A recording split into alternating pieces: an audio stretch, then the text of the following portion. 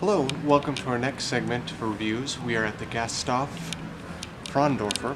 This is a wonderful, authentic German style cuisine.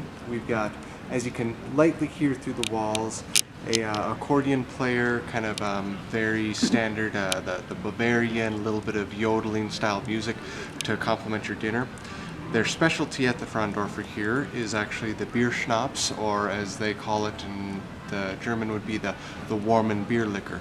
It's basically a distilled beer spirit with a shot of whipped cream on top, so that when you take the shot you have to take both at the same time, and the warm liquor kind of coats the cream, and it's a very delicious shot that goes through. But excellent food. It's got very good for their veal as well as their beefsteak. Strongly recommend that. They're excellent combinations of currants and cranberries with that. Really brings those two together. So if you're ever in Garmisch-Partenkirchen, definitely seek out the Fraundorfer here. It's a wonderful restaurant.